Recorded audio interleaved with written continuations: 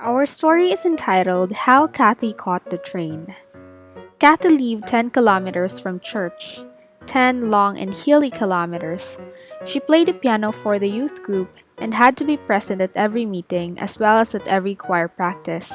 And when she had to ride her bike, she quickly learned how long and hilly those miles could be. Sometimes the journey was not only long and hilly, but also hot or cold or wet. Kathy did not enjoy the ride at all when it was wet. It made her such a mess that she felt she could not play her best when she got to church. But she went just the same, for she was very faithful to her duty, playing the piano. One day, she rode most of the way to church on a fine dry road. Just as she got to town, something went wrong with her bicycle and she had to leave it in a repair shop and walk for the rest of the way. While the church practice was going on, the sky grew dark and thunder began to rumble in the distance. Oh dear, she thought while she played the piano. I do hope I do not have to ride home to this storm. And at night too. Then the rain started and how it rained. It came down in bucketfuls. Soon all the ditches were like rivers, while great pools of water formed in the roads. You cannot go home tonight, said one of the girls. You will have to stay with us. I will have to go home, said Kathy. I promised my parents that I would be back and they will be looking for me. We will phone them. We do not have a phone, said Kathy, and anyway, I am going. Do not be foolish, said the girl. You will drown. You will get very sick. I will get through somehow, said Kathy. If you must go, said the girl, why not take the train? That is a good idea, said Kathy. I wonder when the last one will leave. In 15 minutes from now on. 15 minutes?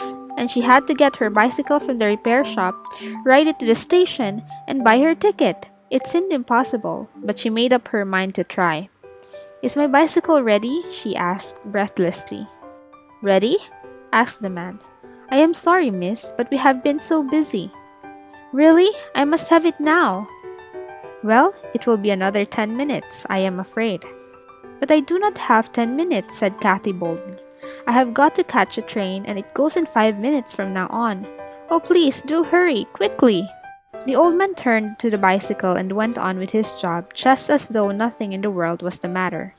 He must have been hurrying, but to Kathy it seemed as though he was fast asleep. Please, sir, she said. Let me have my bicycle. I have got to catch the train. Just a few more minutes. I do not have a few more minutes. But the old man said no more, and Kathy paced up and down the store, quietly praying, Dear Lord, please help me catch the train. Just then they heard a sharp sound of a train whistle. There it is, cried Kathy.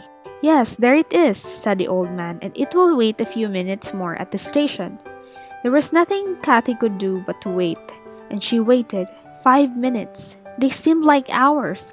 It hardly seemed worth praying to catch the train any more. It must have already gone. Then the old man brought out the bicycle. It is all finished now, he said. I hope it will last you a long time. Thank you, said Kathy, but I have missed my train and now I will have to ride 6 miles home through the storm. No, said the old man, I do not think you have missed your train.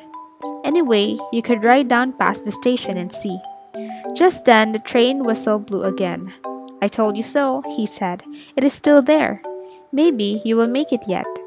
Kathy's hopes rose again and she started toward the station. The wind was blowing hard, right in her face, while the rain ran down, making her wet to the skin. But she rode on as fast as she could. And as she rode, she sent up her little prayer once more. Please, dear Lord, help me to catch this train. It is the only one tonight. I really need to catch it.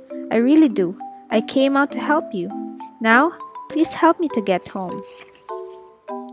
There was a sense of great need in her prayer. She was so tired and wet and worried. The whistle blew again, so the train was still there. She pedaled yet harder. Soon she was over the crossing, hurrying up onto the platform. Only the station master was there. Want to go on this train? He asked. Oh yes, please, puffed Kathy. Got your ticket? No. Well, jump aboard and I will get it for you. Kathy pushed her bike into the baggage car and hurried along to find a seat.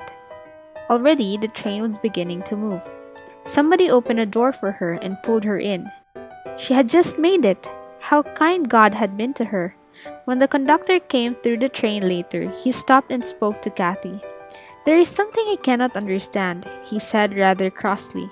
"We have never left the station an hour late before, and there was no reason for it tonight. 3 times I told the engineer to go, and he took no notice. Maybe he knew you wanted to catch the train." "Oh no," said Kathy. "I did not tell the engineer to wait for me. I do not know him at all. I have never seen him, but—" and she slowed down a little and spoke more softly. "Maybe God told him. You see, I was praying all the way to the station that he would help me catch the train, and he did."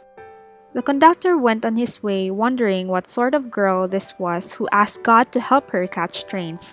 Somehow, he did not feel cross anymore. He had a wonderful, happy feeling even though his train was late. For our values, responsibility, diligence, prayer, faith, witnessing, and thankfulness. For the question to think about, how did Kathy witness on the train?